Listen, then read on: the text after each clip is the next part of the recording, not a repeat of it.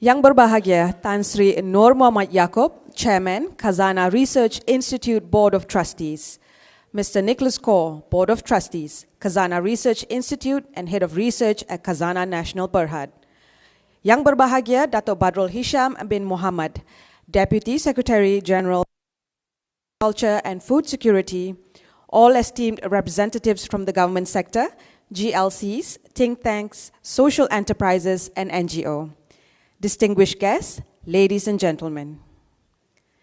A very good morning and welcome to the launch of Khazanah Research Institute's latest research report, The Paddy and Rice Industry of Sabah and Sarawak, Status and Potential.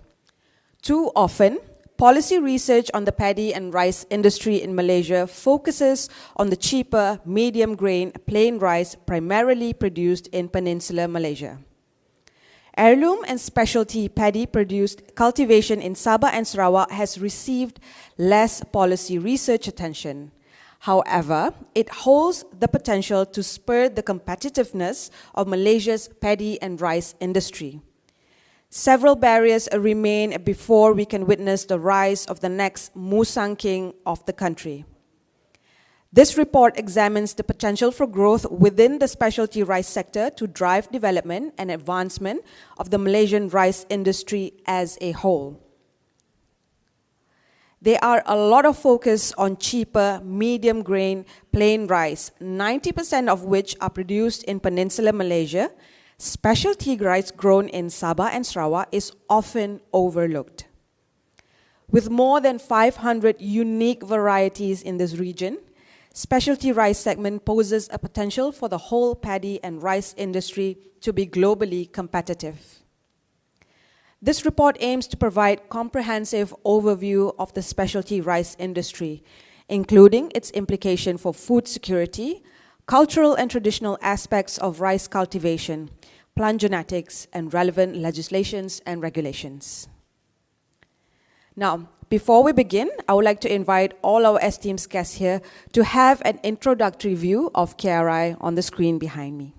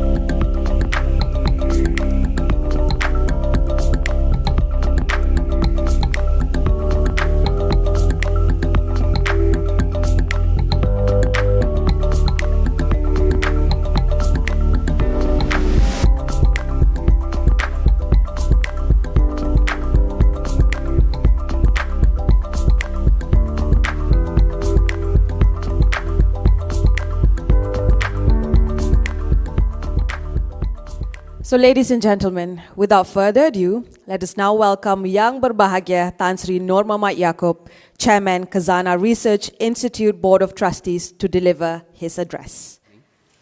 But first let me recognize some distinguished guests.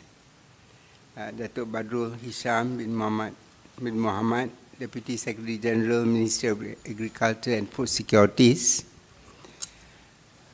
Saudara Saripol Bahrain bin Karim, Pertubuhan Peladang Kebangsaan, Puan Zaedah Muhammad Isa, Director Agriculture Division, Ministry of Economy, Datuk Muhammad Zainal bin Syari, Trade Wind and Bernas, Tan Sri Datuk Sri Professor Emerita Dr. Sharifah Hafsah of Pemuda, Encik Malai Fahmi Asfa of Mafi Sabah, Professor Datin Paduka Dr. Fatimah Ashad of UPM, and of course our board of trustee members, board of trustee of KRI, Saudara Nicholas Kaur, Dato' Amirul Faizal Wan Zahir.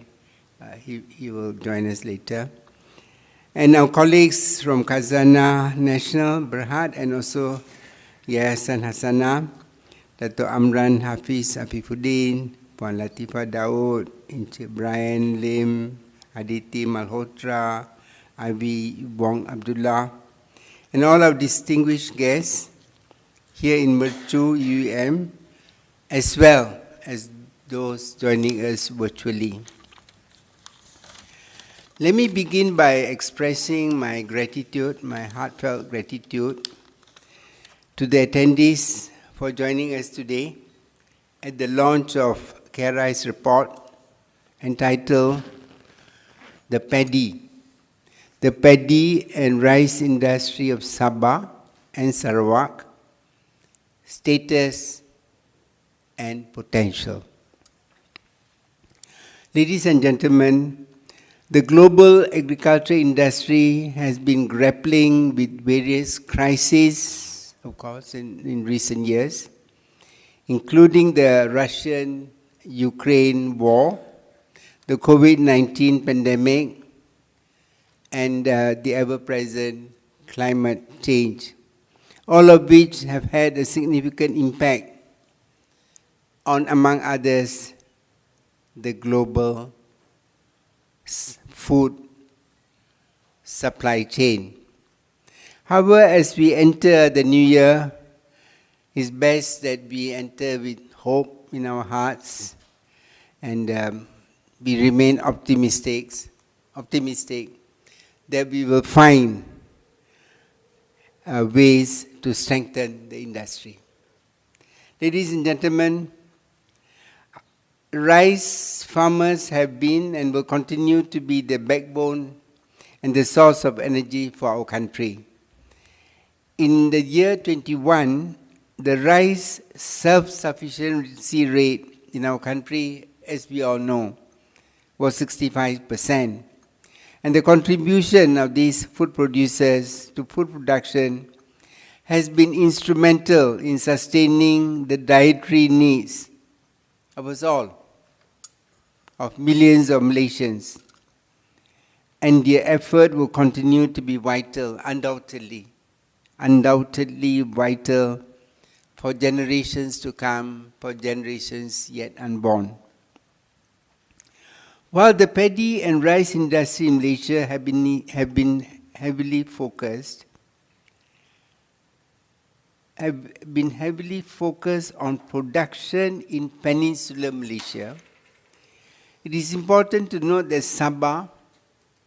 Sabah and Sarawak also hold a wealth of diverse paddy and rice varieties that should not be overlooked, that should no longer be overlooked. Thus, it is timely that we focus towards exploring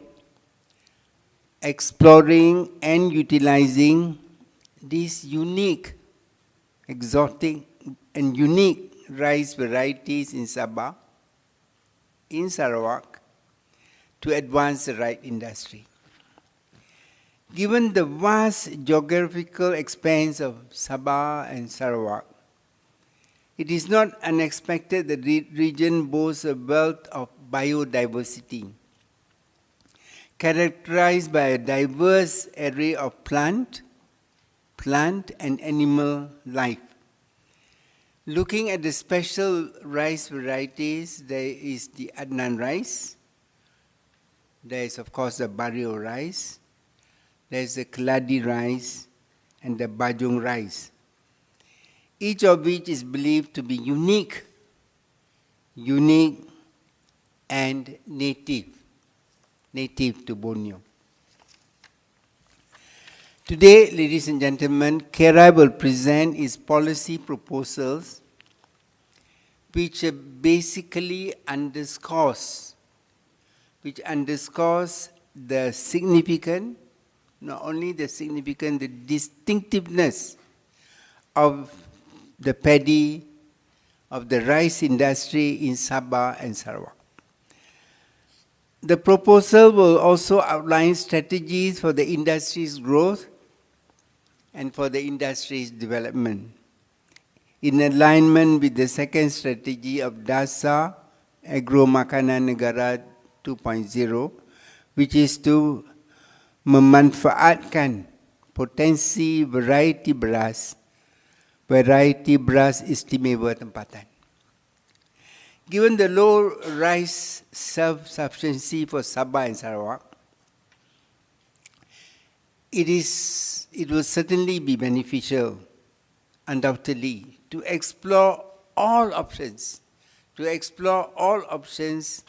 of improving production, including the potential of rural specialties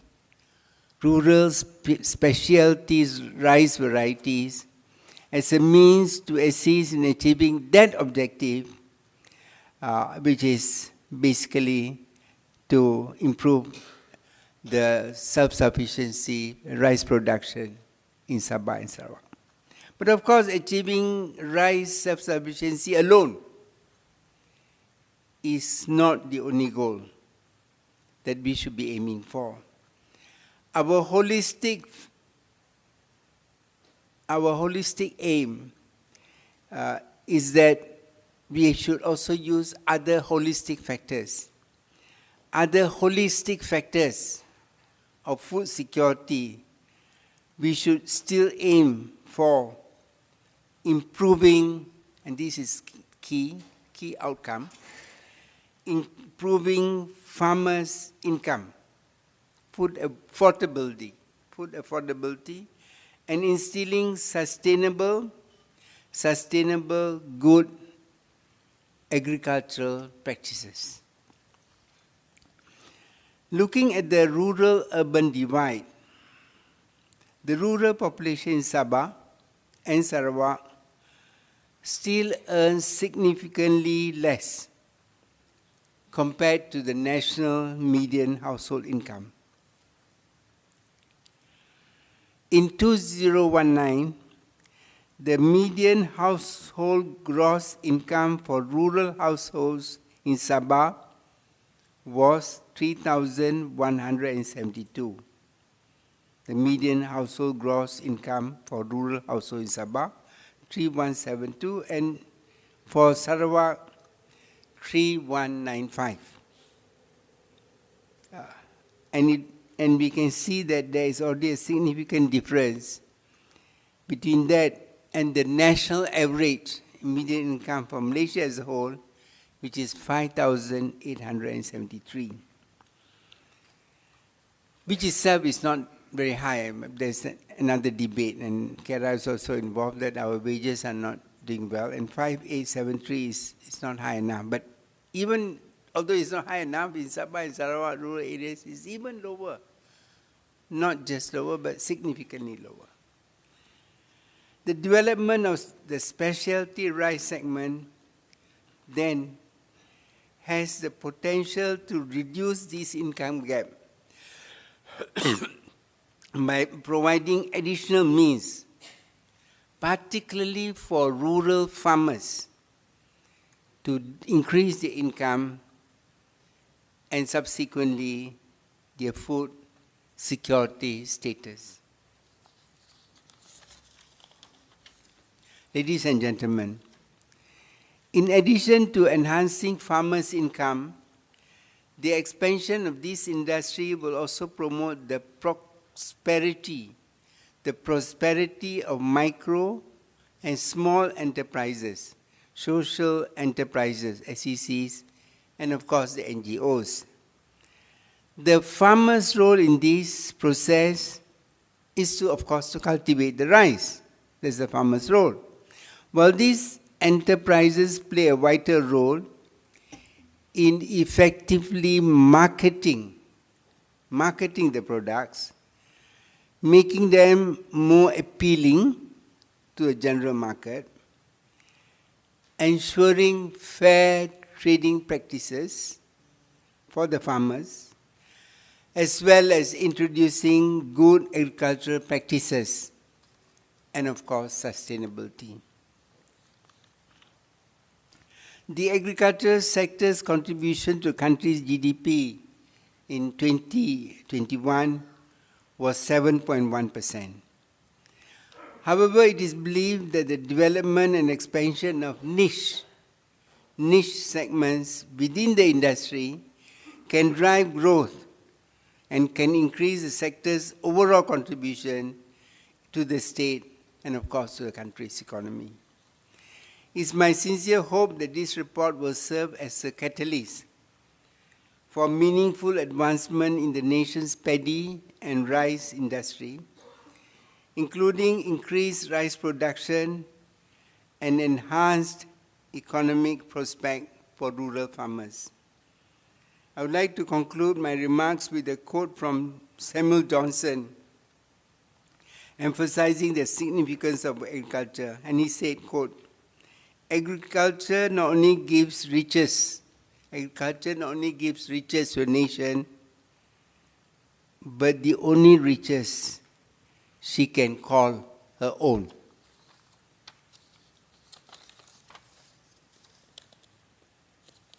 Ladies and gentlemen, to end with the pantun, baja ditabur di sawah padi, berhujan berpanas, tanpa lelahnya, indahnya jasa para petani menghasilkan beras buat rakyat Malaysia. I'm hopeful that this KRI report will assist our nation as it faces the many challenging years ahead. Thank you very much. Thank you, Tan Sri, for your remarks. Ladies and gentlemen in the hall, and as well as over 160 guests who have joined us online on Facebook Live as well as Zoom, please note that all questions for the Q&A segment for our event today should be submitted via slido.com, slido.com, by keying in hashtag KRIRICE2023. So it's hashtag KRIRICE 2023, or you could scan the QR code in front of you.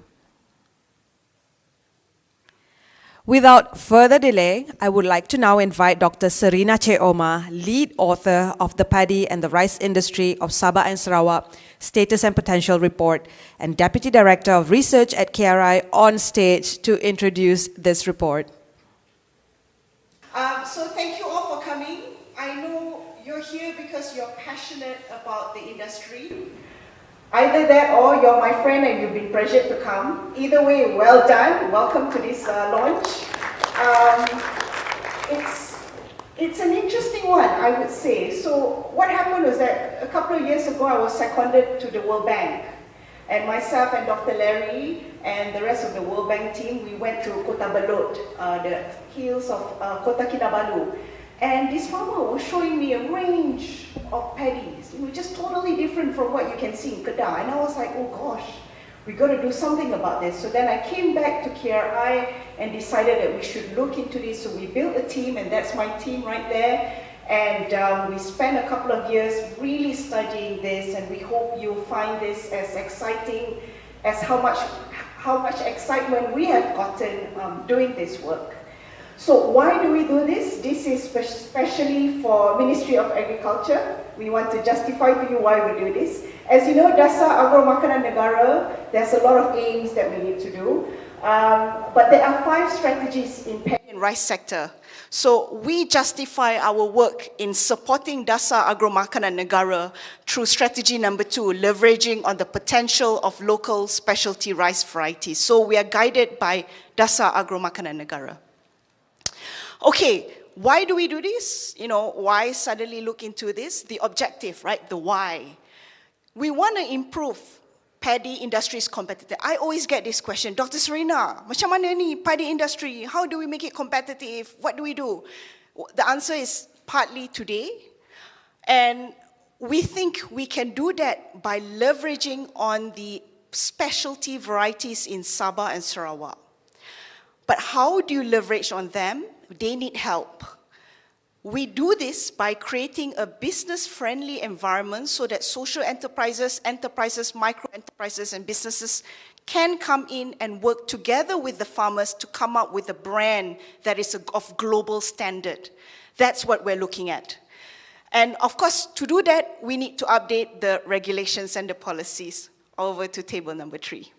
So here we are, how we've done it. We have engaged about 131 stakeholders, agencies, we've talked to farmers, we have spoken to the NGOs. We have also done, like we said, subject matter expertise, so we have really delved into the food security side, the concept, the understanding behind it, anthropology, right? Rice is not just a calorific source for Sabahans and Sarawakians.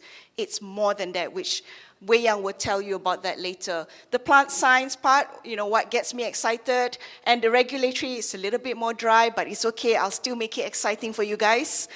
Industry statistics we won't show today because I think a lot of you are in the industry, you've seen the luas kawasan tanaman, you've seen all of the yield, so I'll skip that part.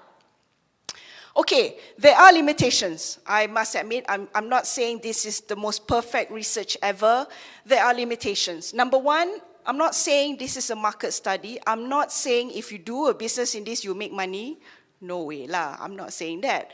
But what I'm saying though, if you do want to do something in your community and you do your cost-based analysis, you can use this report as a basis of a lot of the knowledge that you need in order to make your business, your endeavor a success. Number two, because it's during COVID, we did a lot of Zoom calls. Even if we did focus group discussions, it was under strict SOP. And number three, we do not aim to address other trade matters as well as biological matters because there are also rules related to, bringing in and bringing out live animals. So that one, live plants, we won't touch that part. Okay, just a bit of definition before I pass it over to my colleagues. So what are we talking about in terms of specialty? Okay, so first of all, when we talk about high-yielding modern varieties, these are the great plain rice. These are the rice that you guys are used to. Your nasi kandar, I know we had a fan club here of nasi kandars.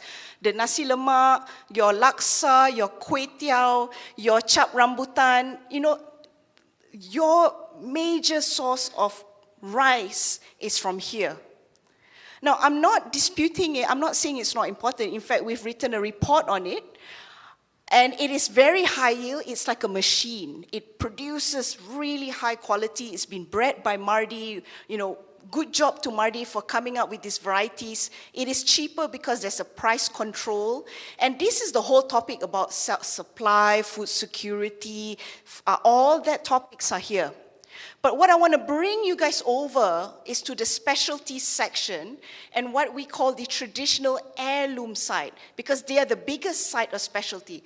Specialty really means it's something unique. It's not just plain. It's got color, it's got flavor, it's got texture, and it's mainly not bred in right now. It is found naturally, 500 to 1,000 varieties in Sabah and Sarawak. It's usually associated with very low yield because, it's just grown in the foothills on its own.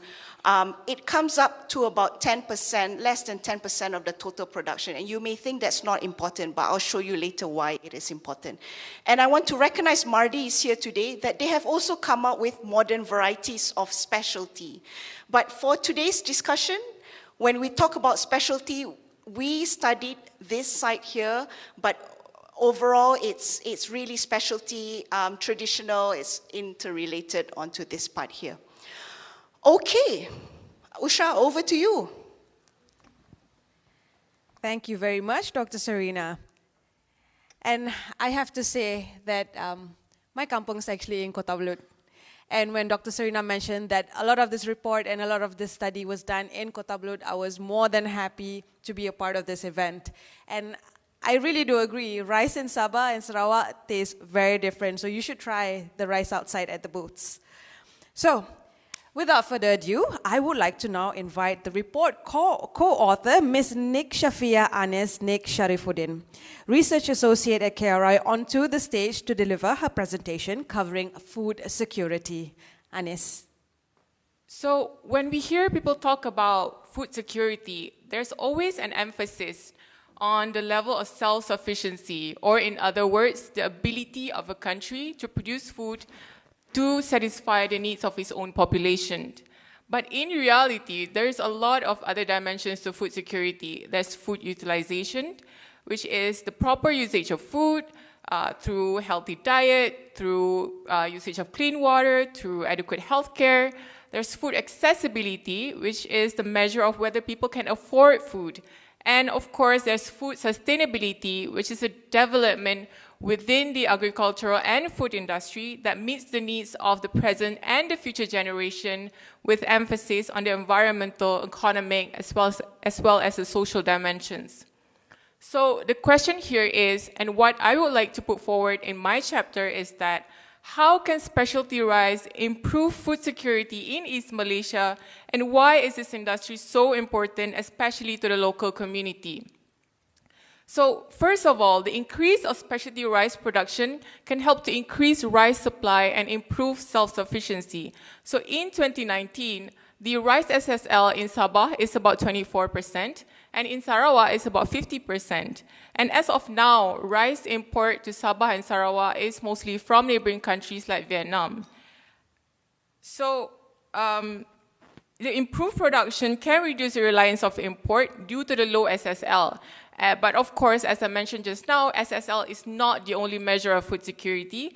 Farmers' income can also be improved through increased production, whereby excess harvest supply can be sold and income can be used for other necessities. And as for food utilization, nutrition can be improved through diet diversification, whereby households that have extra income have the ability to purchase a wider variety of foods like proteins, fruits and vegetables, which will then help to improve the nutrition levels in their households. And lastly, as for food sustainability, planting of specialty rice can help to promote sustainable and good agricultural practices among rural communities through initiatives introduced by social enterprises and NGOs, which I will explain further in my later slides. So, diving deeper into why food is a critical economic challenge to households in Sabah and Sarawak. So, looking at this figure, the incidence of absolute poverty in Sabah is about 25.3%, while Sarawak is about 12.9%, much higher than the national average of 8.4%. And Sabah and Sarawak falls within the top 3 states with the highest percentage of households falling below the poverty line income of RM 2,208. And on the other hand, household food consumption expenditure for Sabah and Sarawak is about 23% and 22.5% respectively. And the trend that can be seen here is that as household income decreases, the proportion of income spent on food will increase, and this is proportionate to a law called the Engels Law.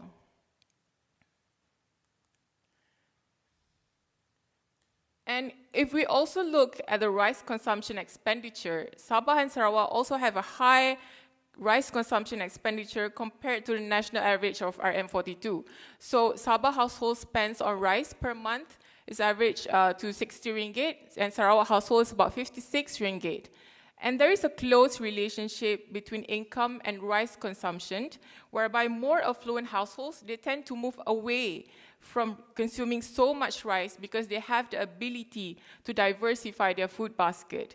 And therefore, since many households in East Malaysia still fall below the poverty line income, it is then reflected to the high rice consumption expenditure, as these low-income households, they rely on rice as their main source of energy.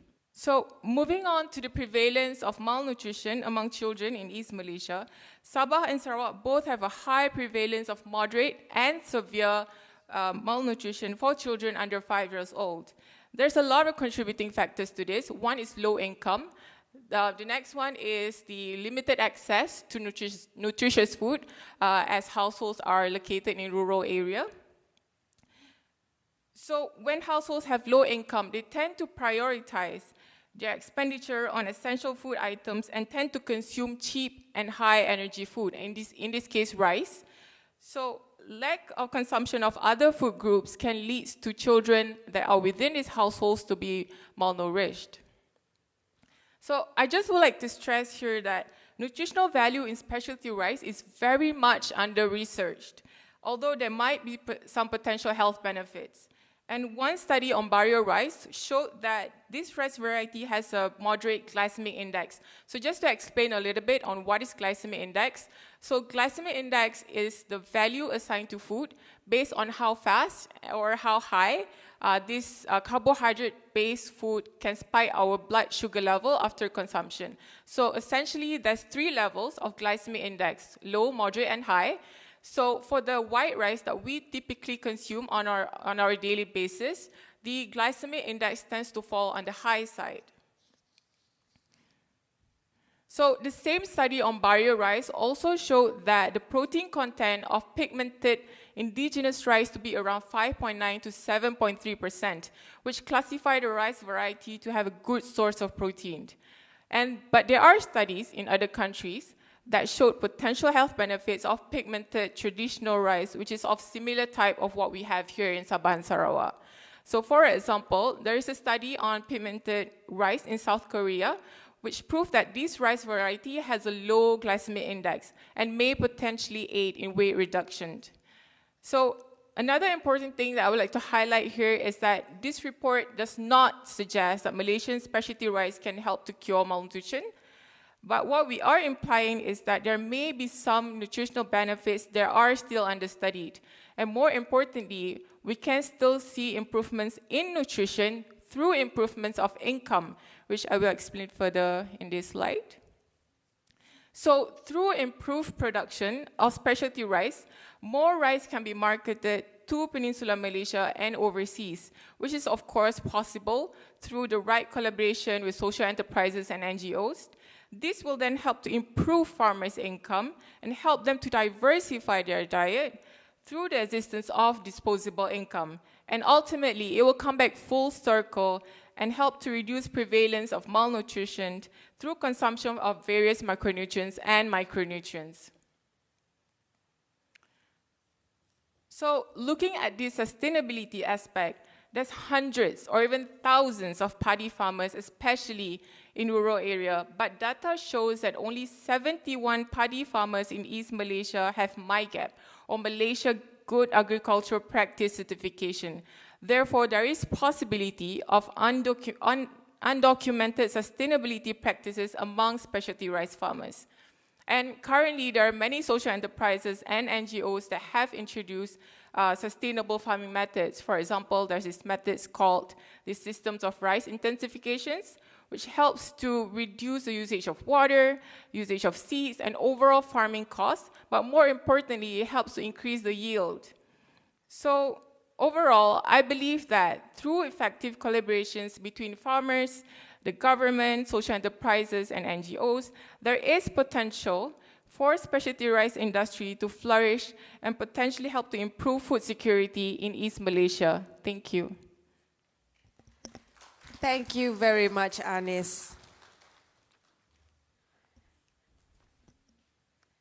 Again, I'd like to welcome all our guests.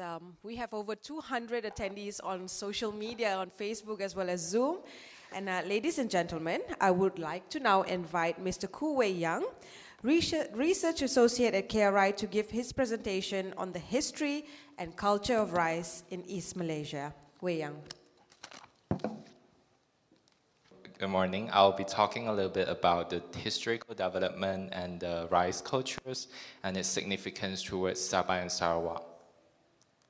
So we note that in the previous chapters that food security has a lot of other dimensions other than self-sufficiency. However, the self-sufficiency targets has guided government policies towards the rice industries for decades. A closer look at history shows that the self-sufficiency policies were rooted in colonial approaches towards rice industry. This is also the case in Sabah and Sarawak.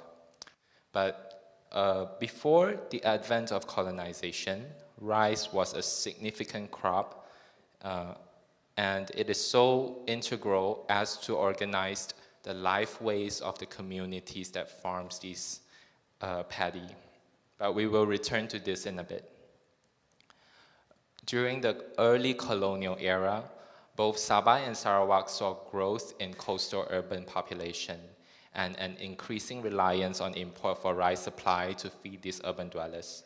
This came to a watershed in the 1900s, specifically the 1919 Southeast Asian rice crisis, where the colonial government had to turn to local production for rice supply. And this has prompted the government to reorient their approach towards rice as mainly a food crop, and also sought ways to improve self-sufficiency domestically. For example, the Brooke government of Sarawak sought to modernize farming practices by introducing higher yield wet paddy varieties and brought in pockets of Chinese farmers, especially in the Rajang Delta. On the flip side of these, indigenous rice farming, which were largely neglected and also were made up of mostly shifting cultivation of dry rice, were under pressures from land competition by commercial crops such as rubber and pepper, and labor outflow to these commercial crops. Because wet paddy has a higher productivity and are more scalable for industrial supply, it is consistently promoted, and these patterns have continued into the post-colonial era until right now. I'll show you these two graphs about on the historical data on paddy production by type from 1963 to 1999 in both Sabah and Sarawak. The blue line here indicates the wet paddy production, and the orange line here indicates the dry. As you can see in Sarawak, the wet paddy production saw a significant uptick during the 1960s, while in Sabah, where wet paddy production was already more developed, we still see a steeper growth rate as compared to the dry paddy production. So what these data imply is that under self-sufficiency policies, wet irrigated paddy production was given more focus and therefore shown substantial growth. Nonetheless, production levels in these two regions were still lower than their West Malaysian counterparts. I want to caveat here as well, dry paddy production is used as a proxy for traditional indigenous rice farming because it is not as promoted by the government at the time, but native groups were known to grow wet paddy and in fact very well, especially in Sabah. Prior to colonization, subsistence farming of rice was widespread among the major ethnic groups of Sabah and Sarawak. And because these forms of farming were practiced for the purpose of own consumption, it does not follow a value system that is strictly economic or oriented towards, in a sense, oriented towards financial gains. Rather than economic or calorific value, rice farming, and sometimes rice itself, is embedded with social and symbolic values that are closely tied to the social systems that the cultivators inhabit. As you can see on the quote on the right here, this is a quote picked from a study done by Clifford Sather on the Saribas Iban rights of paddy storage. It says, following death, the human soul, after a time in the other world, Sebayan, eventually turns to dew, ambun, and as dew, falls to the earth in the early hours of the dawn, where it is taken up by the growing rice plants. And these rice plants were subsequently consumed by the next generation. So this quote itself demonstrated the traditional Iban beliefs that regarded rice as a final transformation of a soul's journey, and therefore a succinct metaphor of regeneration. Despite animic belief has faded in many cultures, these metaphors still underscore the importance of rice in the social fabric of Borneo, way beyond just merely as a food source or income source. So historically, rice is significant to Sabah and Sarawak in many ways, but I condensed here into just two aspects. First, rice is imbued with social values. As subsistence rice farming is organized along the lines of household units, the social structure that is organized around rice farming, such as the division of labor, the rules regarding to the distribution of crops, actually inform us a lot about the ethics, the values, and the kinship of the rice-growing groups. So therefore, we can say that the specific practices of rice farming itself is a sort of idiom of the values of the community and tell us a lot about what the community holds dear. So, for example, the Iban work groups Bedurok embody an organized labor that emphasizes family unit, and the Kalabit practice of Kuman Beroyong, or translated to eating rice together, reinforces communal identification.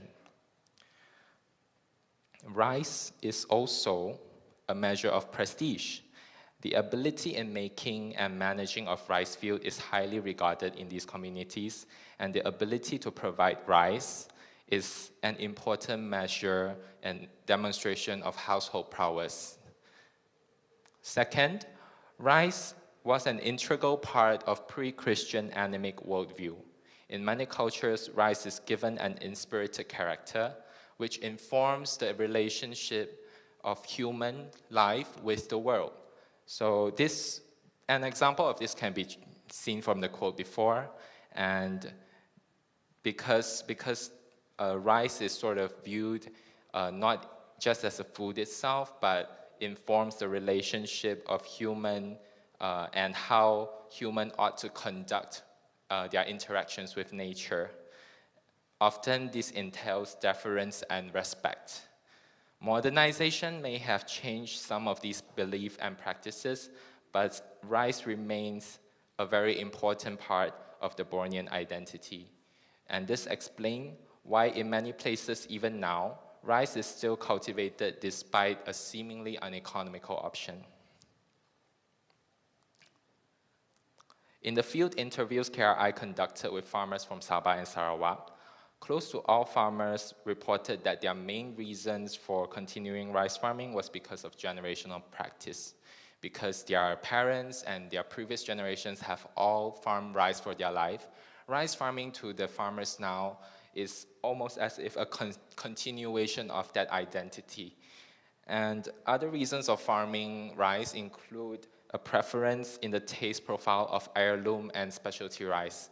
A lot of these farmers actually express their attachment to the specific and unique texture and taste of their own produce. This explains why many of them actually prefer to keep a larger portion of their harvest and only sell when there is an excess. So this closeness of rice to the farmer's identity meant that farmers take deep pride in what they do and value their rice beyond just the financial incentives. In summary, to local farmers, rice cultivation holds value beyond the calorific and economic. This meant that policymaking for rice sector in Sabah and Sarawak have to take into consideration this aspect of heirloom rice farming. Policymakers could seek better ways of empowering local communities without compromising their agencies and right to self-actualization. Thank you. Thank you very much, Wei Yang. Distinguished guests, a gentle reminder, please submit your questions via slido.com, slido.com, by keying in hashtag KRIRICE2023 or KRI Rice 2023 or scan the QR code in front of you. I would now like to invite back to the stage Dr. Sarina Cheoma to deliver her chapter on plant science. Thank you. I'm back. I'll be up and down a couple of times. So this chapter is about the plants side of things, right? Why is it important? Is it even unique? Why do we bother with it? So from the scientific side, the conservation side, why there's actually value in what we think. could really change the industry. So why is it important to characterize and identify, right? Why is it important to say, you are Prof. Fatima, I'm Serena, and you are Encik Atan? Why? Why is it important to see the differences? Now, number one, when you know differences, can you then tell how different and how same you are with the different individuals? But importantly also, because in crops, we move together with ancient human population, especially Paddy. So when you understand the identities and the origins of Paddy, you tell also a story about the ancient human migration, particularly the Austronesians. If some of you who love all this origin story, the Austronesians moved around and they brought with them Paddy. And actually there is a correlation between the origins of how the Paddy developed across the regions together with ancient human migration. But more modern reason why this is important is for breeding activities, right? So if you know this variety is tall, this variety is short, and you want something in between, then you breed the two together. So that's why it's important. And it also gives us an idea of how special a local crop is. And I'll give a little bit of a background to you on that. Now, there are two ways in plant science, in the world of plants, there are two ways you can identify things. You've got to do it the scientific way. There's a very recent way, which is the genetic way, and there's the morphological way. Morphology goes way back in time. Alfred Russell, like way back in history when the first voyagers started drawing plants. Genetics came in very recently. In fact, the research on genetic history of paddy plants, 10, 15 years, fairly recent. I'm going to focus on the genetic, and my colleague, Dr. Janu, will talk about the morphology side. Okay, genetic, just giving you a bit of a flavor about genetic diversity. Over many decades, groups of the same organism, they move to different location, they adapt to those different locations, and they become different. That's it. That's genetic diversity concept, degree, multidiscipline, the discipline of genetics right there. But how do I explain it? I know all of you have eaten Skittles, right? All of you have tried Skittles. You know Skittles? The gula-gula, the Skittles? There's a green one that nobody likes. It's the apple. So imagine there you have the green color Skittle apple. You know the gula-gula Dr. Sraya, you tahu lah Skittles. Okay, tak apalah, Dr. Sraya tak tahu. Anyway, imagine that you have a green Skittle who decided to move. The three of them moved to different location. Over time, they change because it's colder, it's drier, it's more humid, I don't know, whatever different environment there is, they change a little bit. And over time, they change again, right? So what geneticists work with is that we are given one piece of time, which is we collect all the sample and we look at these differences, genetic differences, and we can begin to tell. You can tell that the blues are clearly more related to each other. The spikes, okay, so maybe it's a bit more related, and this guy here is more related than the rest. And you can tell the blue, there's double S, single S, so obviously the double S is more related, this one is more related to each other. That's how you understand genetic diversity, and it's very important when we try to understand rice biodiversity. So when you correlate that with location, that's when potential comes in. Because you look at this location, oh, it has something that no one else has.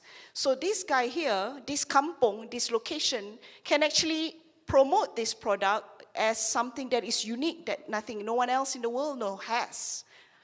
Whereas, oh, this is pretty common, double S here, but maybe then don't go for uniqueness, go for terroirs. I don't know if I pronounced that right, terroirs, if it means that it's the same thing, but when you plant it in different soils, in different environments, it's got different flavor. So they can market it that way.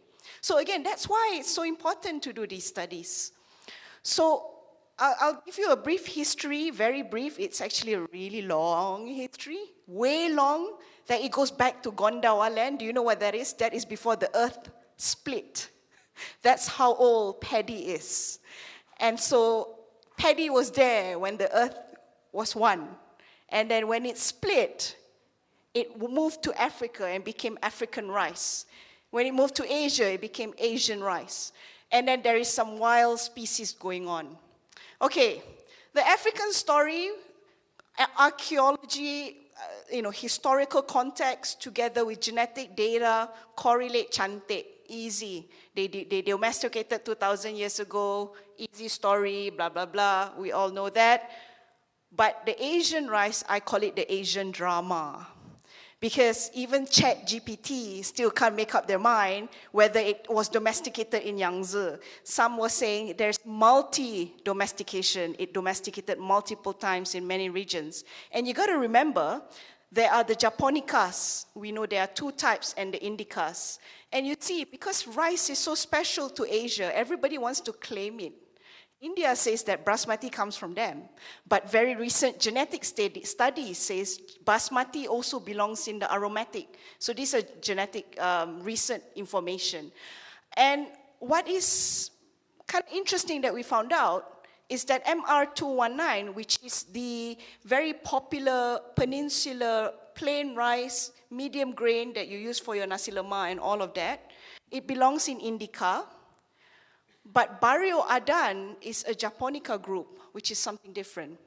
So what would be really interesting is the thousands of varieties in Sabah and Sarawak. Where do they belong in this? For all you know, they could even be here, which is really amazing. Something that you can tell the world you have something that no one else has. But of course, life is not as easy as that, and we don't have that much information. What information I got is this. This is Sarawak. Now, don't worry too much about the cluster and whatnot, but what it shows is this is a collection, a quarter, not even half, of the varieties in Sarawak. And as you can see, and which my colleague will talk about later in terms of the nomenclature, they are all just loosely named. They don't have a formal name. They're just called Adan Serdahana, which is actually related to Barrio, the Adan rice.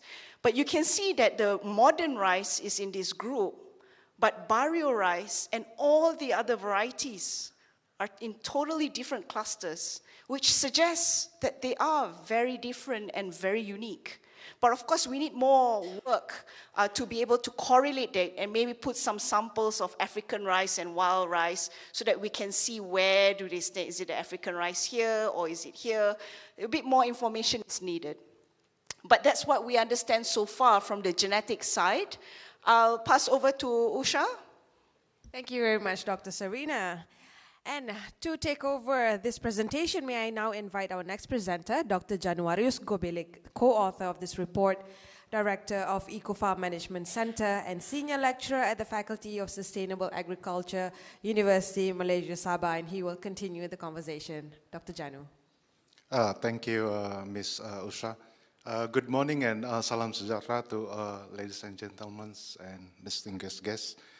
I just continue from a speech by Dr. Sarina.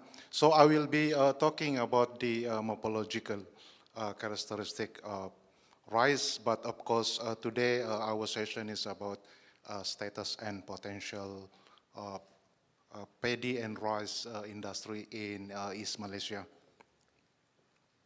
So before we go to that status and potential, let me introduce a little bit about these morphological things about rice. So it is the study of size, shape, and also the connection between these characters in actually understanding the this in more detail. So classically, we are interested with this one for the identification and also for the classification of rice, but with the advance of DNA technology, now we are using this knowledge actually for the identification of the good variety of rice. For example, like roots. Okay, so if we find out that the variety has a longer roots, that means it will be very resilient to drought situation. So that's something that we need to look into the very high variation of rice in East Malaysia. All right. So these are some of the examples of rice that we have. Only a few pictures that I would like to share over here. But if we look at these pictures, of course, directly also we know the coloration of the seeds will be different from one variety to the other variety. So that's indirectly also actually the potential. We can popularize this rice based on that color. And from the left to the right, if you look at it, I just name it based on the local names, but maybe genetically they may be closely related. But just go through. On the most left is Tadong, and then Paddy Seribu, and then they have this what they call Paddy Planta. Maybe because of the color is very similar to what we call as a margarine or what, okay? And then after that, Paddy Tamparuli, a little bit pinkish. And then Paddy Bukit 4 bulan. Usually Paddy Bukit will take about 6 months before you can harvest. But this one, the variety can survive in upland condition and also in the wetland. So that is also actually very interesting, in which, you know, from a food security perspective, now we have a dual ecological rice, okay? And then the last one is what we call as Paddy Keladi, simply because it is an aromatic rice, and really the aroma is really like keladi when you cook it. And I just show you some potential from this kind of rice, where on the bottom side of this slide we can see the comparison between a long panicle and short panicle, where the Tamparuli rice has a longer panicle, and the Paddy Seribu on the right has a longer panicle. So when we are talking about production as well, we may have a chance to take advantage of the higher production of the Paddy Tamparuli, because longer panicle means more grains can be produced per panicle. So these are actually some of the challenges that we have, okay, at the moment. So indirectly also the status of the understanding that we have at the moment. So it is claimed to be that we have 100 to 1,000. That's what people will claim. Okay, if you do the survey, local people will say that numbers. And of course, it is true. When I show you the picture, okay, on the screen, Tadang, Paddy, this one, there are many more actually. Okay, you can read in the books on the table that there are still many more that we can find. But then, of course, we need this kind of effort. That is, okay, number one is an online database, okay, developed by Mardi, called Agrobiodiversity Information Systems. So that is actually considered to be good. We are already actually started it, but we need to intensify it. Okay, that's maybe the best encouragement for us. Then, of course, we need state level efforts such as the certification of barrier rice. Yeah, of course, we are already there. It is just that maybe the progress is a little bit slower at the moment. So maybe after this conference, there will be many more people who will work together to solve the problem that we have. So research collaboration between the State Department, Mardi, and also universities.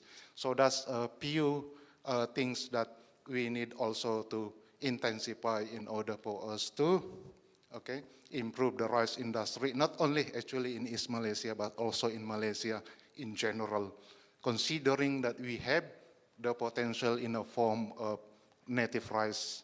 But then at the moment,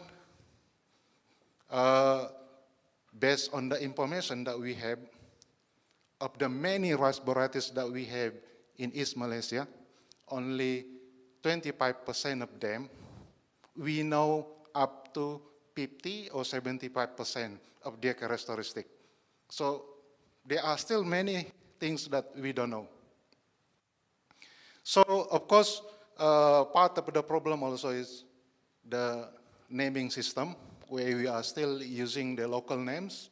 So we don't really know actually which is which. They call it Paddy in by this group of farmers, but another group of farmers may call it a different name. Okay, so genetically it may be the same, but morphologically maybe there is a slightly differences simply because, for example, like the Paddy Bukit, some farmers they plant it actually in the wetland, and I found out that the characters changed a little bit. Productivity also changed.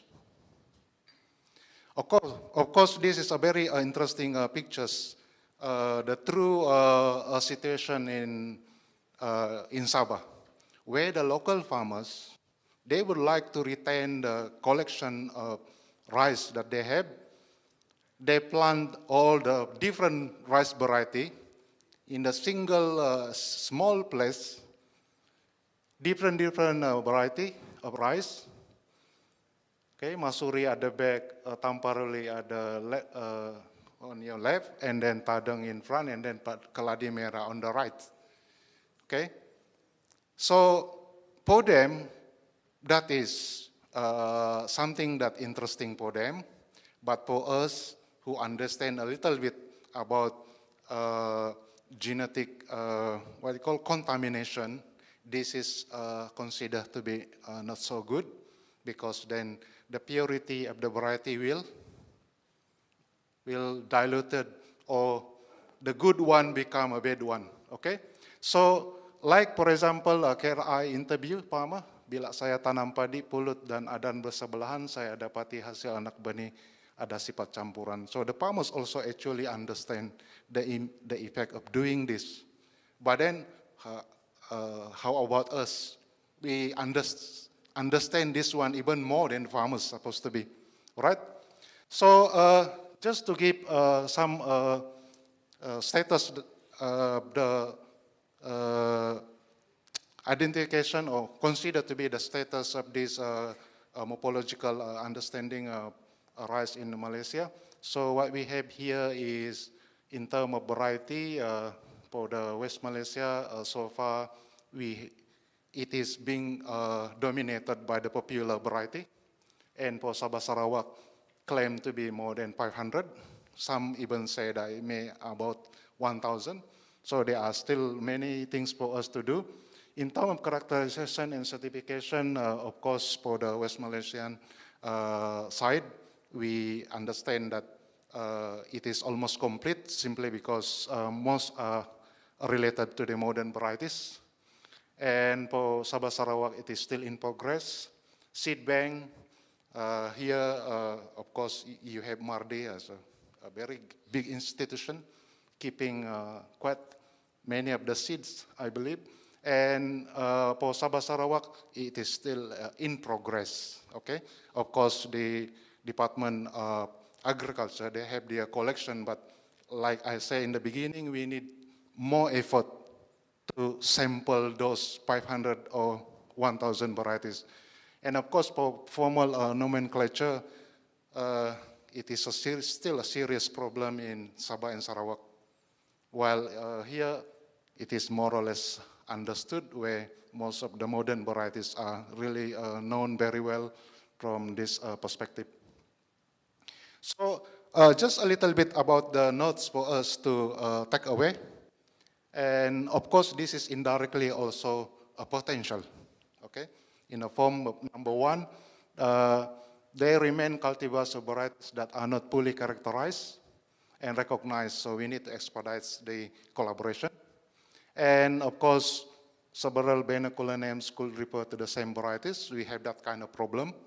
In order for us to really see where will be our discussion about food security, we need also to address this one.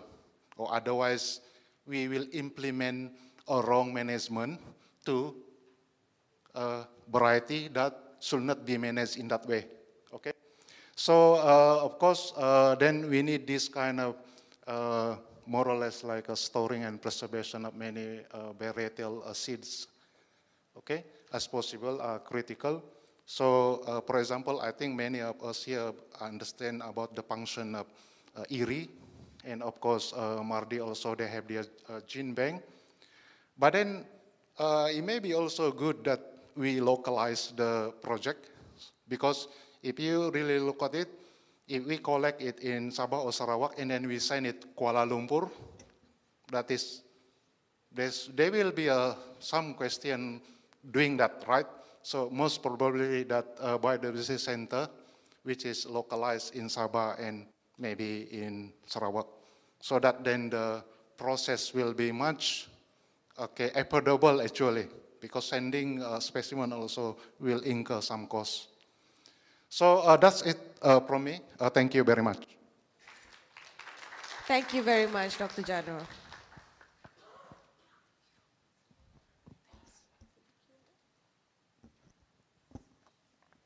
All right, I think I'd like to invite Dr. Serena back on stage to give her closing chapter on acts and regulation for this report. Dr. Serena.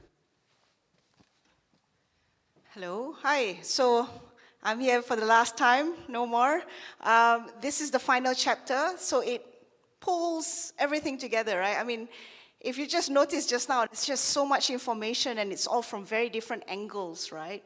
So now when you look at the acts and the regulation, you got to ask yourself, once you've learned all of that, you know, how can we make it better? How can we help the farmers and the enterprises better? How can we make the industry better from these perspectives?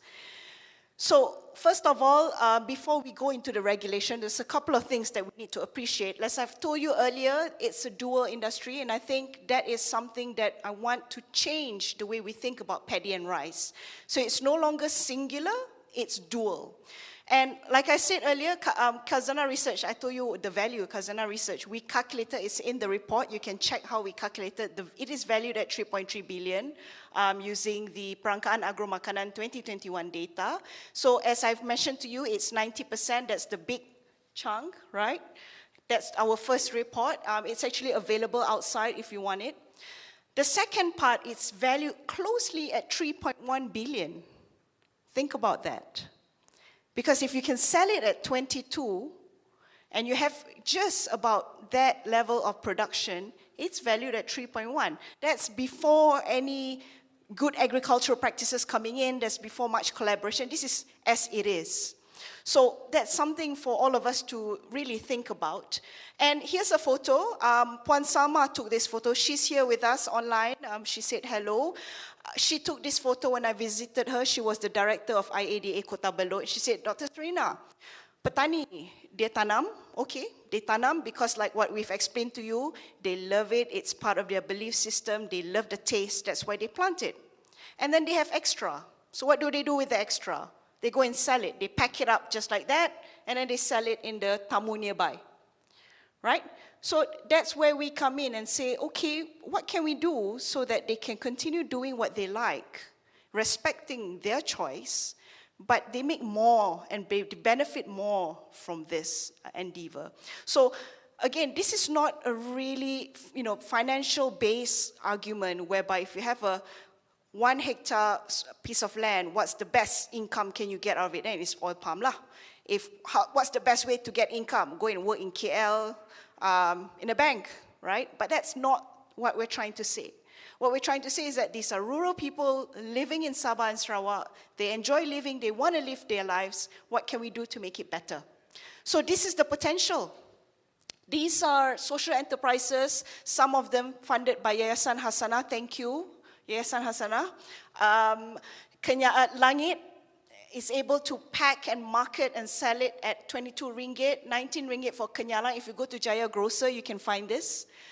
Balau is under the Department of Sarawak, I think, if I'm not mistaken. And this is a program by IADA Batang Lupa. So what we think is that we can encourage these entities to come in and improve farming practices. So it's twofold, yeah? It's not just selling it at a higher price. It's also, even if you don't sell it at a higher price, if you can make more of your inherited land, you still earn more So it's dual, double whammy in this case. So is it then an impactful relationship? I can't tell you. Dr. Faisal, welcome. This is our Board of Trustee. Thank you for coming. So I can't tell you for sure that if you do this in this kampong, confirm you will make money and it will be a successful. No, what we're trying to say is that there are potential and it's something to explore. So out of all the respondents that we have interviewed, about 20, they sell about 20 to 50%. So, which means that they do have a bit of extra that they want to sell. Now, but they do experience, they tell me all the time, tak tahu nak jual kat mana, kalau tamu means they themselves have to go to the tamu, pack it and sell it, right? They wish there's someone who can just buy it off from them and brand and market it. It's something that they are proud about. So therefore, we think there is an entity that can work together to introduce good agricultural practices and help market their products. So we have Forever Sabah that we went and visit them. They were able to create a household value of 8,485 per household per season. Now, this is a good, humbling thing that we learn from them because we always try to do by numbers. They said, Serena, to these farmers, it's also about being fully self-sufficient for their own household. And then even if they have extra, if they want to sell, they sell. So if they sell, they make an extra 2,350 bonus. Excuse me. Same goes with Langit. There are farmers in Long Semado who previously don't even sell because they make it at a loss. They don't know who to sell it to and they make a loss. Because of Langit, they're able to earn an extra 2,400 per season when they previously don't even sell it. And Langit frequently audit or check to make sure that it goes according to good agricultural practice. It's a form of contract farming here. And another thing is, before we go into the regulation, is the supply chain. It's very different, ladies and gentlemen. And I know most of you here are from the first side of the rice, which is the plain rice. And what everyone is used to is that you have a lot of farmers, you have huge, big millers. Like these are like big taukes, and they go by 15,000 per meal, 15,000 per season. That's a lot, guys. That's really a lot. Wholesalers, huge wholesalers, and you have importers. So what I'm trying to say is, the conventional paddy, every segment of the supply chain, there's a huge player within it, right? But when you look at specialty rice, you have a small player who works with the farmer. Dialah miller, dialah wholesaler, dialah juga exporter. They're doing everything because it's a brand, full supply chain brand, all the way to branding and marketing. Now, because of that, when you think about policy and regulation, then it's a bit different here. It's a different dynamic. You can't put them under the same basket. So, I won't go into detail, but we scour through all the acts that's related to paddy and rice industry, indirect and direct. I just want you to focus on one thing, one act that goes across the whole supply chain, and that is Act 522. This is the one that we will be talking about today. Now, Act 522 is a very important act, okay? It regulates, it's a controlling act. It is there to protect the supply and price of rice. I'm not disputing that at all. I think it's important to protect the supply and prices of rice, and that's what they do. So you have sub-legislations dealing with things like purchasing all the whole supply chain, really, milling, wholesale, even export, and even movement across state pun dia control juga. But if you're thinking of it from a nation security point of view, it makes sense. So, yes. But think about it. You need 200,000 ringgit working capital for 3 months. If you're a big player, that's no big deal. If you're a small-time player in a small community in a rural town in Sarawak, that's a huge, huge request. Another one is that there are no, by right, you can't export. That's the default. You can't export. You need special permission to export. There's a good reason for that, because when we think again about food security, we don't want our massively produced cheap rice to be easily exported. Nanti ada issue pula, because it's subsidized. But when you think about the specialty rice, it's not in that category. It's a different story. So another one is the movement of rice as well. We want to control the movement of rice because in terms of food security, you want to make sure there's a movement across state, the government knows where the rice goes, there's no smuggling and all that. But if it's premium, if it wants to go to KL and sell at an expensive price, wants to go to Hong Kong or Japan, it's not in the same category of concern. So what I'm trying to say, ladies and gentlemen, is that it's a dual industry. It's not one, it's dual. Both can contribute to the development of the industry, but because the regulation has been created from one side, it means specialty rice is fallen under the general security agenda. And that means it creates a somewhat disabling business environment. What do I mean by that? So Act 522 is an important act, so I'll just reiterate that because I want to mention that we recognize and acknowledge that it is important to protect and save the rice supply. But we're also saying that if you want competition, commercialization, and export, these are two different yet important objectives, meaning you need two different policies and regulations. That's the key message here. So we must carve out Act 522 actually, because in Act 522, it doesn't differentiate between specialty rice or normal rice. Act 522 just say protection, price ceiling, price control, no movement. So you need to differentiate. Once you differentiate, you release them. Release them from this. So number one, I summarize, it's a high working capital for a small time player. So if we want to encourage more langits, more balaus, more kenyalangs to come into Sabah and Sarawak, right? Because that's how the model I'm thinking about here. For it to work, they need to work breathe and live with the farmers. Because of that, which Ivy can understand, we need to encourage many buddings or mushroomings of all these businesses. But for them to do that, then we need to create an enabling environment for them. So another one is the movement across state. It has been very difficult to move from Sabah, Sarawak into KL. Now I understand this. I know, the penguat kuasa, they do want to control because they're worried about smuggling. They're worried about the movement of rice. But for specialty rice, I think it is something we can really consider to make it easier for them to access, and supply is faster and in response to demand. The export process is actually pretty tedious. I thank the Ministry of Agriculture for actually helping us understand it. This one site has been fantastic. We tried to understand specifically every single method that we needed to do. What we're saying is that is because the method is there, because the ACTA doesn't recognize them yet. So you need to find ways to recognize it, to organize it, and for the Ketua Pengarah to approve it. But once you recognize it, you don't need to do all of that work. So conclusions and policy recommendation. Number one, as what Dr. Gobilik said, nomenclature. So this is for Sabah and Sarawak. I know Sabah is here somewhere, and I know Sabah and Sarawak is also listening in. Informal paddy nomenclature, you guys have to sort that out. You need a fixed naming system. You can't have Adan Sederhana, Barrio, but then they're all the same thing. You need to have an organized naming system.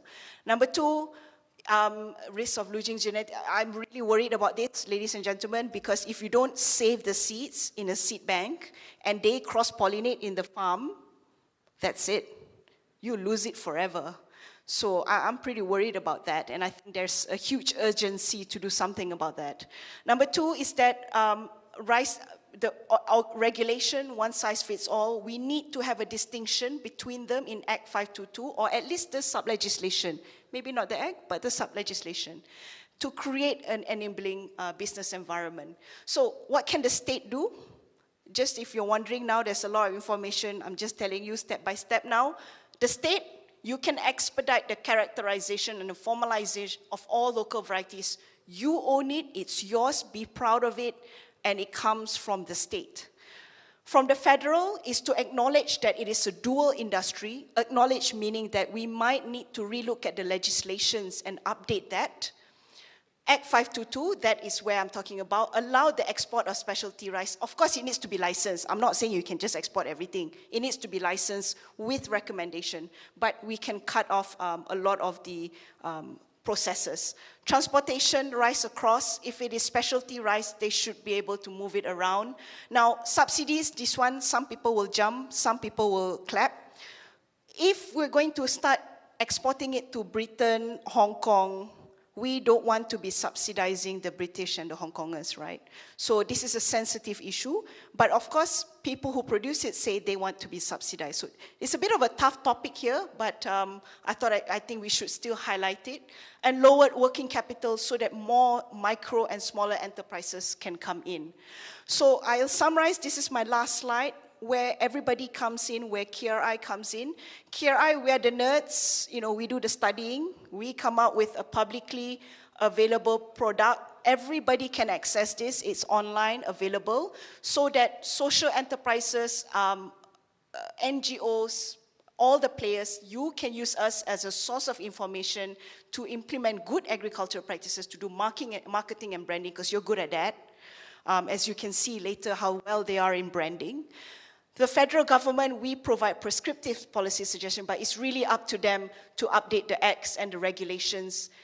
And the state government is to own and to be proud of their characterization. You need to characterize and own the seeds before it's lost forever. With this, thank you very much, everyone, for joining. I hope you found that very interesting. And enjoy the lunch. Thanks.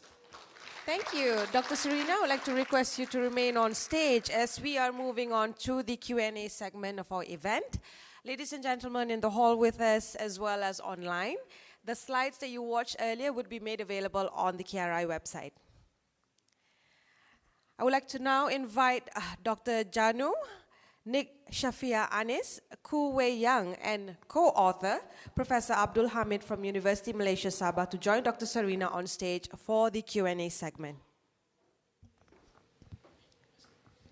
Distinguished guests in the hall and online, please submit your questions via slido.com, slido.com, by keying in hashtag KRIRICE2023 or KRI-RICE 2023, or you could scan the QR code in front of you. All right, I think I will also be moderating this Q&A segment. The first question is from Yo. And the question is, would the development of specialty rice segment have an unintended effect in making the specialty rice expensive and unaffordable for most Malaysians? I leave it to the floor to take this question. Okay, and I take first. Actually, that is an excellent question. It's a tough question. I'll give you a tough answer for that. Now, I think it's fair to think that way. It's fair to worry about that. I'll give you an example. If you think about the Mexican corn, when they signed NAFTA, prices of corn went up, and Mexicans had to endure an increase in prices of corn. So if we were to really develop this specialty rice, does it mean it's going to be unaffordable to Malaysians? Now, here's a perspective for everybody. There's almost 33 million Malaysians in Malaysia. 82% is in Peninsula, whereby it's not their main source of rice. Right? So the remaining 20% is in Sabah and Sarawak. Now, nearly half of that lives in rural area. These are the farmers. These are the ones who will gain from the increases in the prices. And if, let's say, then you will think, what about that urban people who live in Sabah and Sarawak? Yes, that's true. I would assume they have family members who are farmers as well, who would gain from increases in paddy prices. But I'm not saying price won't go up. It might go up. But for now, prices are stable. There's no hyperinflation.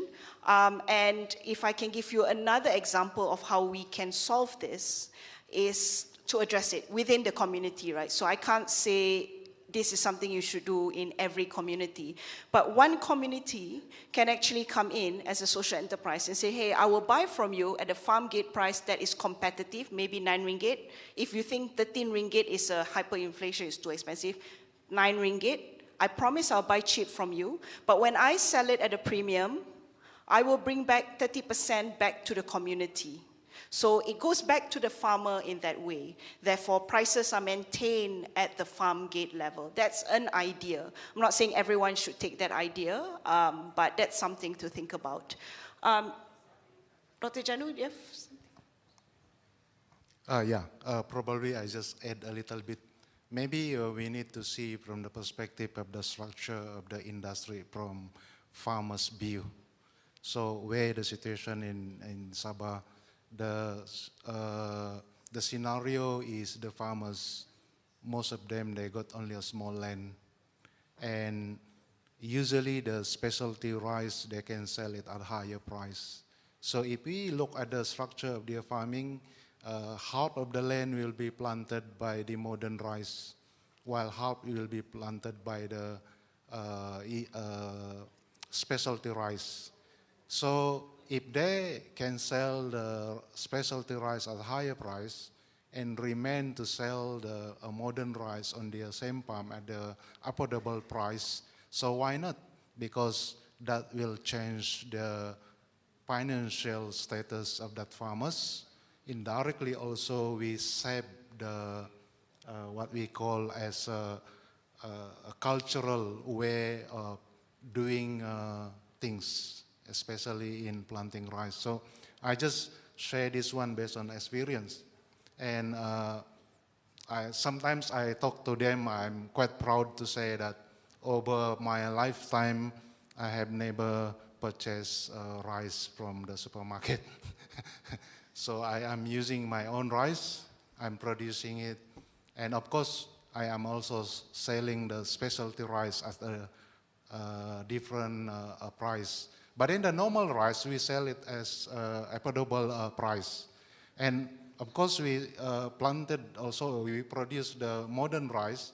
We keep it in what we call as sulap in Sabah. And we consume it throughout the year.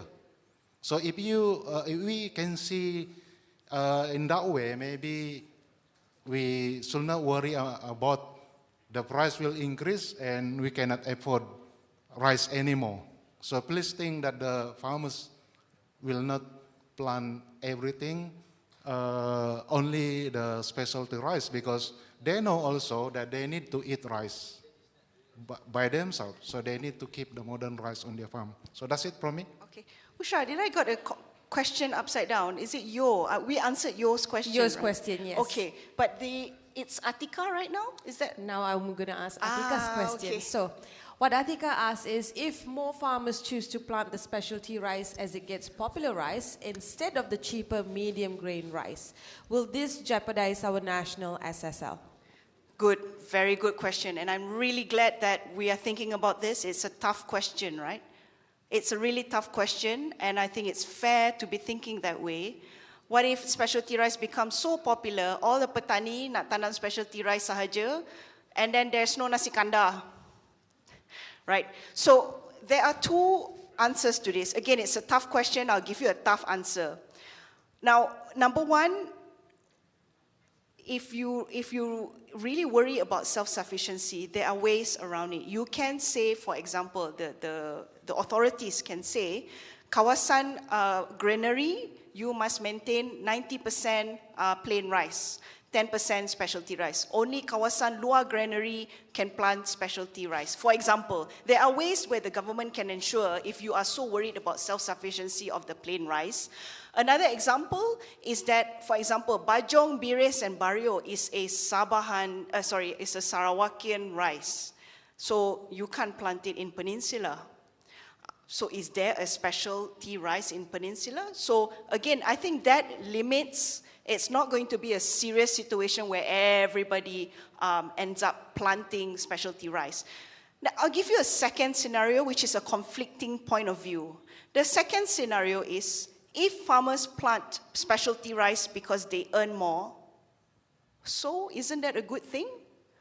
Should we dictate to them to plant plain cheap rice at a loss for our gain? So I'll give you an example. Singapore is an importing country, but they are very food secured. So that's a second thinking that you need to think about. So even if, let's say, best case scenario, semua orang tanam specialty sebab untung, farmers make a lot of money, but then maybe rice is less. But if we earn a lot as a nation and we can afford, and the farmers earn a better income, better quality of life, isn't that maybe a better thing?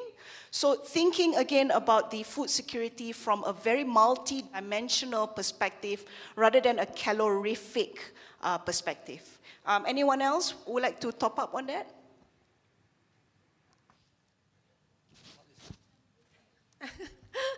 Thank you very much, Dr. Sarina. So we'll move on to our next question, and this is by Melissa Goh from Channel News Asia. And her question is, how many specialty rice farmers currently in Sabah and Sarawak, and are there younger generations who are showing keen interest to farm? I'll just be a quick one on this. It's actually very hard to get data. We struggled to know the exact numbers. We don't know. Because most farmers, they are not full-time farmers. They're also teachers. They're also taxi drivers. They are also nurses. So they do it part-time. So what do you consider a farmer? It could be anybody and everybody. So it's a very difficult thing to do. I think Dr. Uze, I'll pass it to him to have the tough job of getting the numbers up, but it's not easy. But I'm very optimistic. I think that, in fact, I can see it in some areas whereby you have the younger generation who has grown up, and you have social enterprises coming in, and they are sick and tired of living in the city life, and they say, hey, I want to go back to my kampung, but I want to do something exciting. And then you have Langit there, you have Kenyalang there, you have Barrio there, Barrio Ceria and all that. It gives them a reason to come back with pride. So, and that is happening, these younger generations. I wouldn't say young meaning 20s, but people who have worked for a couple of years in the city life and decided they want to come back. So I'm optimistic, but maybe, Dr. Janu? The first part of the question is about the numbers of farmers producing a specialty rice. So I can say in the district where I am living, most of the farmers producing specialty rice. Half of the land planted by specialty rice, just like the picture that I saw. 2, 3, 5, 4, maybe 10 different kind of specialty rice in the same small area. And the other side is planted by modern rice for them to consume throughout of the year. That is their stock. So the second part of the question is about the young generations. Of course, I also always think that that will be a problem, but not only in rice actually, I tell you. Even oil palm or rubber also, the children will get a good education, they become a medical doctors, and finally they will abandon also this agriculture industry, right? But I can tell you that many of these people who are very successful in Sabah, once they retire, because we know in Malaysia we have a retirement age. I have few friends, they are also lecturers throughout of their 30, 40 years of life. But once they retire, they go back home, and then they start to plant rice again. So for me, even if we are concerned about the young generation, whether they're interested or not, but why don't we look at the people who came to love the rice again at the later stage of their life? There are many of them actually. Okay? All right, thank you. That's from me. Thank you, Dr. Janu. And I think we have time for a couple more questions. And our next question is by Mirzan Zekri. What are other indicators to measure food security apart from SSL for Malaysia? So I can take this question. So I hope I don't take too long answering this question, because food security is such a complex measurement. So there's this index called the Global Food Security Index, where Malaysia is ranked, I think, 41 last year. So within this index, there's 4 dimensions of food security. So as I mentioned during my presentation just now, I mentioned that SSL is not the only important measure, but for availability, there's food import. We have to take into account how much we're importing, how much we're exporting, our food trade deficit, basically. And of course, when we have food, we also want to see that, okay, people can afford food. You know, there's no point to producing so much whereby, you know, the food prices are just so high. And then there's the third dimension of food security, which is the nutrition part of it. So when people can afford food and we have enough food, we grow enough food, but we're not eating healthy. You know, there's so much McDonald's or KFCs, but no offense, it's delicious, by the way. But of course, there's that third dimension, you know, like nutrition, you know, if people are getting enough nutrients. And then there's the last dimension, which is, okay, we have food, we can afford it, we have enough nutrition, but what about the environment? You know, are we taking care enough of the environment? So all I'm saying is that the measure of food security is just so complex. And I think under the Global Food Security Index, there's just like probably more than 50 dimensions that makes up this ranking. So yeah, I think that's all from me. Thank you very much, Anis. And I think we have time for the final question. And it is by Zaigen. And his question is, in terms of different genetic varieties and clusters of rice in Sarawak, was it possible to map, to look at its distribution? Okay, I'll take that one. Trust a scientist to ask this question. Okay, so what he is asking is, can you place a location for certain varieties? At the moment, there's really not enough information to do a Sabah and Sarawak full-scale study of all the sample. There's just no funding to do that.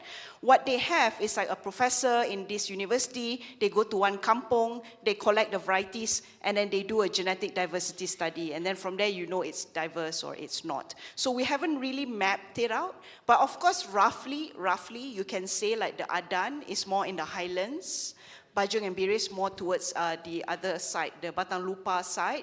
But, you know, to say there is a genetic effort to really map it, not yet at this stage.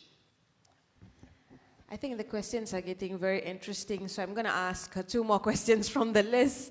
And the next one is by Vishalini Arumugam, and her question is, how have the communities been engaged in this research, and what do the farmers want? Okay, what do the farmers want? I found it really interesting. You guys can also add on. We went, please feel free. They say they like the taste. We asked them, why do you plant? They're like, kita suka sedap. Kita suka rasa nasi kita. And that's why they plant.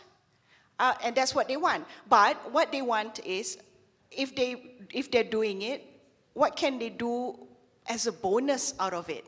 What can they earn more from doing what they love doing? So that's why I'm saying, if they can produce enough for their household and they have an excess, they can sell that. And a lot of them want to sell that. A lot of them are very, very proud of their heirloom rice. But they themselves say that they do not have the capacity to reach out to St. Regis or Hilton or, you know, any other places that can purchase their product at a high end. But any other things you would like to share? In terms of engaging with the communities, we did 2 trips to both Sabah and Sarawak, and we interviewed at least 20 from each, 30 from, but they have brought us around their farms and they introduced us to many of their work, their rice fields, and it's actually very optimistic. It's very, I'm looking for a word, but what they want is that they wanted to continue what they're doing. Yeah, that's it. Okay. I would like to add. Yes, please. I would like to add this one. Yeah, there's a lot of culture to it as well.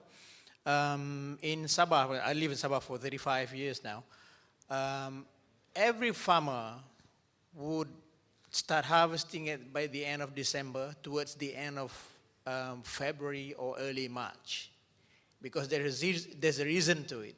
End of May is the rice festival, is the harvest festival. So there's a lot of culture in it. And then there is also the reason that they have to plant it. For example, if you drive along the road, either you go to Tamparuli or Kinabalu, you can see what is the size of the plot that they plant their rice on. Some are not even half of this room. So they know the idea of keeping the seeds viable. So we might not be talking about really large plantation plots to this specialty rice. Some of them are really, really small. They even plant rice on their lawns, just in front of the house. All right. Yeah, just to add a little bit. Actually, culturally, it is attached to the people. So that's the reason that sometimes I can see this view. I go up to the management in the country, and I understand that the scenario sometimes is top people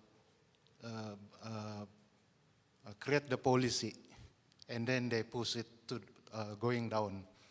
But sometimes actually, why don't we think that we see at the existing situation where they thrive for generation and generation, they are still surviving.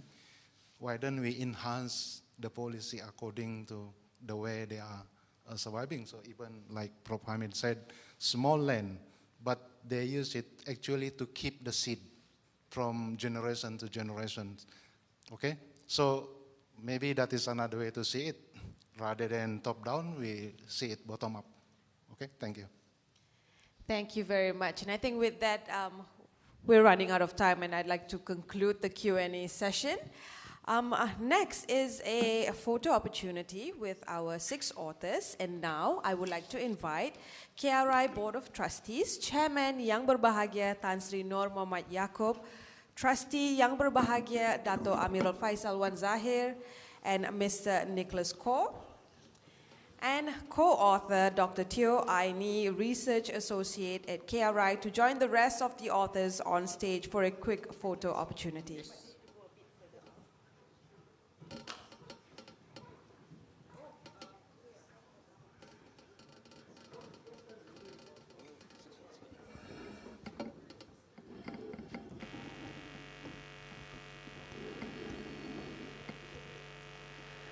Okay.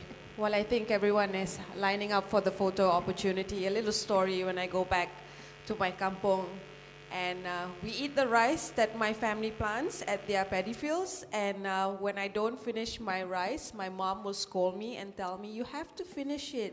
The paddy will cry, and your grandfather will cry because he planted it. So it is very culturally linked, and as we know, Pesta Keamatan. Yay, photo opportunity. So ladies and gentlemen on stage, kindly pay attention to the official cameraman right in the center.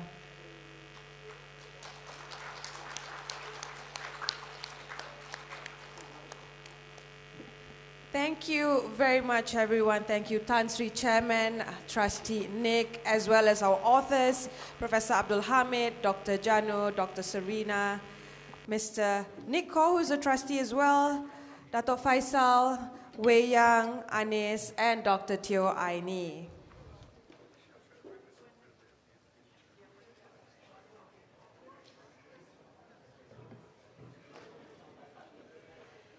And with that, ladies and gentlemen, we have come to the end of the launch of Khazanah Research Institute, the Paddy and Rice Industry of Sabah and Sarawak Status and Potential Research Report.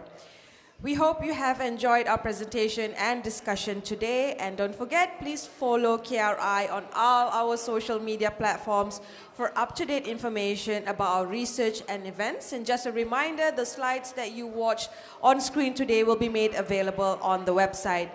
I am Usha Daniel. It has been a pleasure being with you this morning. Now, the best announcement for the day. Ladies and gentlemen, lunch is served. And lunch is served in the foyer on the left-hand side of this hall. Please note that we are serving 3 types of specialty and heirloom rice from the 3 social enterprises who have joined us today. Please enjoy the lunch, enjoy the rice, and do visit the 3 booths outside and purchase some of the specialty rice. Thank you, Ponsiko Tagayo, and have a pleasant afternoon ahead.